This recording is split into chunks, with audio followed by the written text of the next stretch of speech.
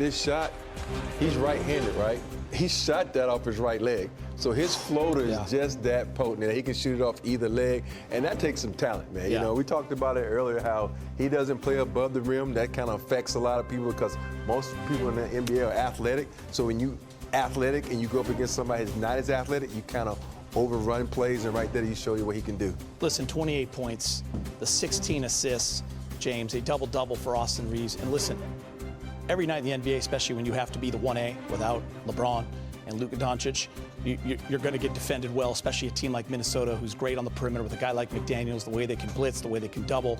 And he did not have a great shooting night, 9 of 24. But he got to the line 7 times, which is less than he has been, hit all 7, got the 16 assists. And what makes Austin so great is that he does not quit in these kind of situations, James. He always believes in his talent. And he was huge. But that 28-16, he is off to an amazing start, especially with all these guys hurt. Because you got to throw in Marcus and Gabe, too. We're talking 4 big-time rotational guys for the Lakers, including 2 superstars. And Austin Reaves has replaced them each night. Seems like he's stepped up. You know, for him to handle the ball that much, they only have 3 turnovers as well, too. For the pressure he received, you know, the trapping and all that stuff, he just kept his poise. Whenever he did get off track a little bit and maybe slip up and turn it over, he always got back to himself and that under control. Geeter, he's a great ball handler, okay? Rob just mentioned he doesn't play above the rim, so you got to be really careful not to foul him because he's really technical with the ball. He looks for bodies to get close to him. I think that's what he really lives off of, and then he gets his shots. You can foul him easily. He'll make you foul him. So he's just really crafty with the basketball in his hand. And he doesn't try to avoid bodies. He looks for angles, and, you know, if you get too close to him, he's going to have an and one. That's what makes him very dangerous. He's unpredictable. And another 40 minutes tonight, so a lot on the shoulders of Austin Reaves. But there did come with some frustrations on that Laker team the last 4 or 5 minutes, Rob. The offense, what did you see there? Just kind of seemed to stall, ball stop moving. Was that more the defense from Minnesota, or was it just the Lakers? I think it's when you depend on great individual players like a Luka, like LeBron, coaches have a tendency to say, do you? And you go down the stretch, I think they ran that same pick and roll like 8 times. And let's be honest, you know, we know Minnesota is a good defensive team. And so if you keep picking at it, they're going to figure it out.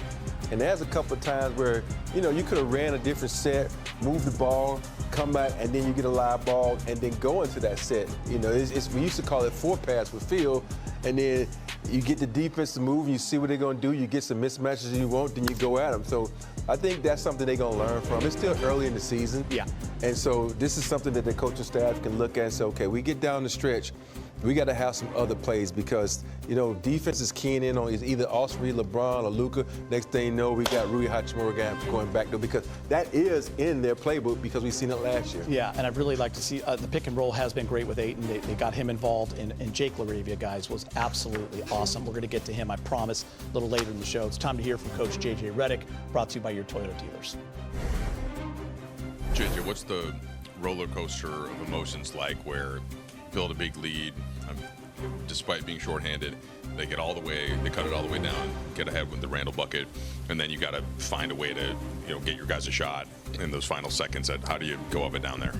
Yeah, I'll be honest with you, it wasn't much of an emotional roller coaster for me. I don't think it was for our guys either. We executed against the zone. We got good shots. Had a couple, you know, offensive rebound, drop-off passes that we just bobbled around the rim, but we actually did a good job executing and missed some really good threes. There was no break in composure. There was no break in competitive spirit. There was no break in belief of whether or not we could win the game. You know, I thought the guys, those last 2 plays, because they ran zone for 4.5 minutes. So those last 2 plays, to drop 2 plays, one versus man, one versus zone. They ended up running man both times for us to get that execution, get it to the right guy, create an advantage. Both times, really. You know, we had an advantage. Austin was easily going to race that and create a 5-on-4 or a 4-on-3. So I thought that was huge from our guys. You know, I'm so proud of this group right now. Honestly, it's from where we were like 3 weeks ago, where we're discombobulated and guys are missing training camp and guys are modified participants. We're starting to come together, and I've asked a lot of these guys, and I'm asking a lot of them while we're undermanned, and they are delivering. They're delivering. They earned this victory. Clearly, they were paying a lot of attention to Austin, and he ends up with a career-high tying 16 assists. But for him to, I think he's basically split the double and is able to still score through traffic. Like, what is that moment to peak it? But what does it say about his whole game? Yeah, that guy is going to show up in the big moments. It's not surprised. He's done that many times in his career. He's done that many times since I've been his coach. Feel very comfortable with him making decisions at late game. When I guess you have timeout 6.6 seconds left, whatever. At that point, that's what you're referring to, drawing off both a play against the zone and against man? The first one, yeah. So the first one after Randall scored, right. We drew up 2 plays, yep. 1 versus zone, 1 versus man. Right. Then we drew up, after they had a take foul, we drew up another 2 plays. Okay. With just a small tweak. That's all it was. Got it. For the man version. And in the man version, generally, obviously the ball in Austin's hand, but what was kind of, if you could describe in a layman's term, kind of what you're looking for? Obviously, he scored, so you got what you're looking for. I thought those guys did a great job of reading it on the floor. What we were looking for was not going to happen because of how Gobert was playing, so we changed it last second. He was all the way back at the rim, or in the paint, and so we changed it the last second. Austin got the ball, and then DA made a great, quick decision just to come under that ball screen, and Gobert was too far back, and Austin attacked. JJ, I think you guys had 5 guys in double figures tonight, and one of those guys was Jake. What did you think about his composure and the way he played for you? Well, very early in his Laker career, but clearly his best game as a Laker. I'm really happy for him, and I know they showed something the other day. I think it was the Amazon video about reference points, and for Jake as a Laker, this game now is a reference point. Not only for the offense, again, he's had 2 of the last 3 games. He's been phenomenally. His activity level, deflections. I'll find out, but he's 6 or 7 deflections tonight.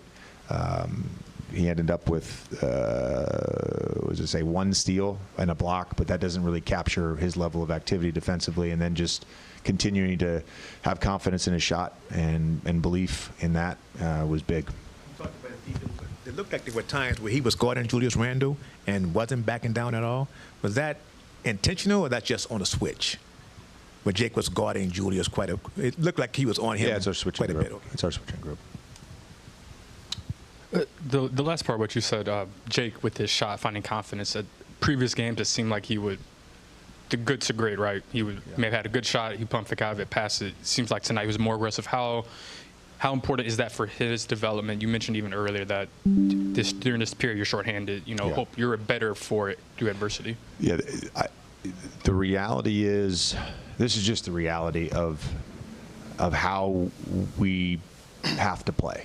The reality is, we are not a free-flowing motion, get the ball across half court in 3 seconds. We try to look for opportunities to do that. That's just not who we are.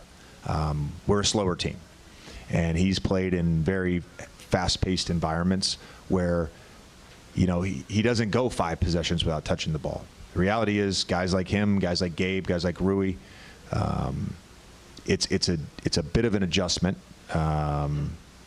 with our personnel, and Luka, LeBron, AR, those guys are going to have the ball in their hands, and they're going to be our advantage creators, and those guys have to stay shot ready, regardless of I've missed 5